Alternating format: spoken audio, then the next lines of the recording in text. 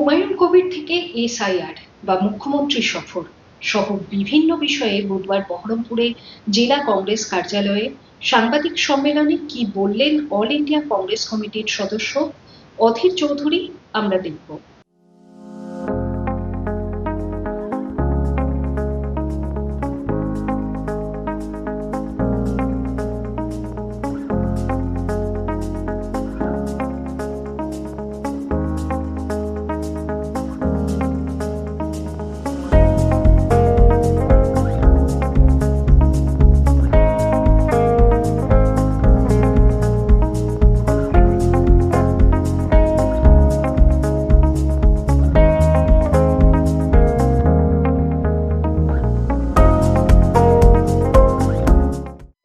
জন্য রাজ্য সরকারকে চিঠি দিয়ে জানালেন সিবি আনন্দ বোস। কয়েকদিন ধরে ভরতপুরের বিধায়ক মুর্শিদাবাদের বেলডাঙ্গাতে বাবরি মসজিদের রেপ্লিকা হিসেবে মসজিদ তৈরি করার কথা ঘোষণা করেছেন।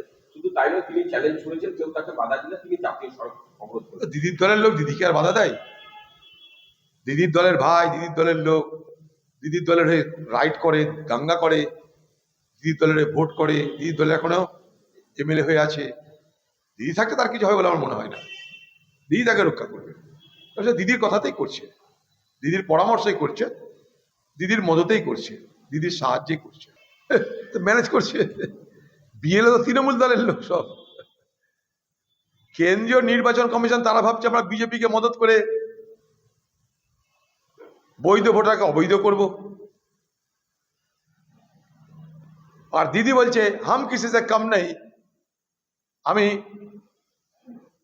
অবৈধকে বৈধ করতে পারি, আবার বৈধকে অবৈধ করতে, দুটোই করতে পারি।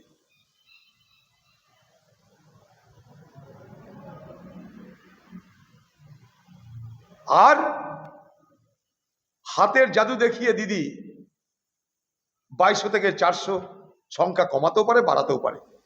কারণ বাংলায় যা কিছু হচ্ছে এসআইআর এর নামে সব তৃণমূলের নেতৃত্বে হচ্ছে, কারণ সরকারটা তৃণমূলের। এটা সহজ সরল অঙ্ক একদম। যেখানে সরকার তৃণমূলের সেখানে এসআইআরও তৃণমূলের, যেখানে এসআইআর তৃণমূলের সেখানে সংখ্যা বাড়ানো বা সংখ্যা কমানো দুটোই তৃণমূলের। এই সহজ সরল নিষ্পাপ সত্য কথাটা বাংলার মানুষ যত বেশি বুঝবেন তত মঙ্গল। বিহারে পেরেছিল, সরকার বিজেপির ছিল, বোঝার চেষ্টা করুন।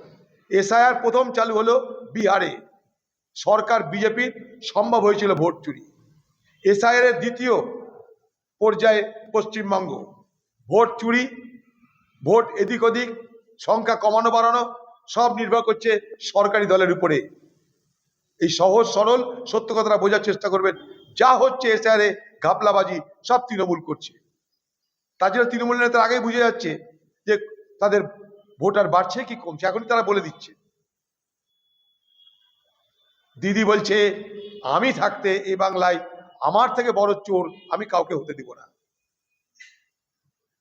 আমি সবাইকে সবকিছু হতে দিতে রাজি আছি, আমার থেকে বড় চোর এই বাংলায় আমি কাউকে হতে দিতে রাজি নই।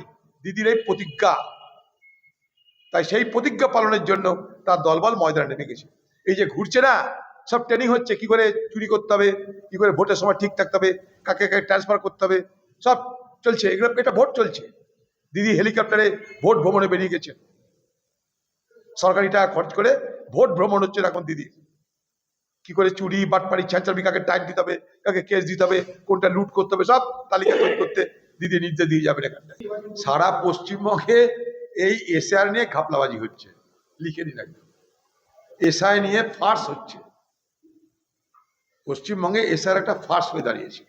কিন্তু একটা জিনিস জানবেন, এই এসআইআর এ কারোর নাম যদি না ওঠে বৈধ ভোটারের, তাহলে এটা নাগরিকদের সঙ্গে বিশ্বাসঘাতকতা করা হবে। মানে আমার ভোটার অধিকার থাকবে কি থাকবে না, এই এসআইআর যদি ঠিকমতো তৈরি না হয় তাহলে কিন্তু আমি সেই সমস্যায় পড়ব ভবিষ্যতে। আমার ধারণা পশ্চিমবঙ্গে এসআইআর এর নামে কেওয়াস চলছে না। কেন্দ্রীয় নির্বাচন কমিশন তারা বুঝতে পারছে কি করবে, কারণ রাজ্যের চালাকির সঙ্গে, বদমাশির সঙ্গে, রাজ্যের দুর্নীতির সঙ্গে টক্কর দিতে নির্বাচন কমিশন পারছে বলে আমার মনে হচ্ছে না। দিদি বলছে তুমি যদি ডালে ডালে চলো, আমি পাতায় পাতায় চলবো। তোমার থেকে আমি অনেক বড় চোর হব। প্রধানমন্ত্রী এর আগে যতবার এসে একই কথা বলেছে।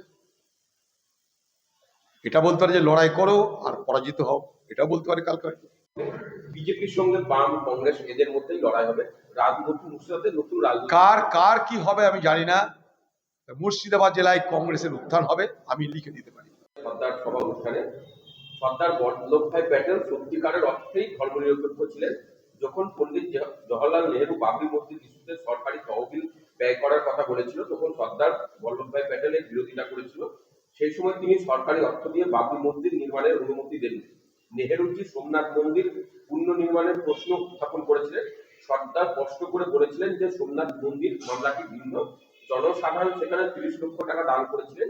একটি টাস্ক গঠন হয়েছিল এবং সরকারি অর্থের 1 পয়সাও ব্যবহার করা হয়নি। রাজনাথ সিংকে একটা কথা বলবো যে পার্লামেন্ট তো শুরু হয়ে গেছে, তার যত জ্ঞান আছে, বুদ্ধি আছে, পড়াশোনা আছে, ওইখানটায় জাহির করতে। টিভি বালাদের কাছে, খবরের কাগজ বালাদের কাছে না বলে পার্লামেন্ট করেছে। যখন পার্লামেন্ট চলে তখন যারা মন্ত্রী হয় তাদের যা কিছু পার্লামেন্টে বলতে হয়, তাদের পলিসি নিয়ে ভুল ভাল যা কিছু আছে পার্লামেন্টে বলতে হয়। তা পার্লামেন্টে বলুন, সারা দেশবাসী শুনবে, সেগুলো সব রেকর্ডেড হবে।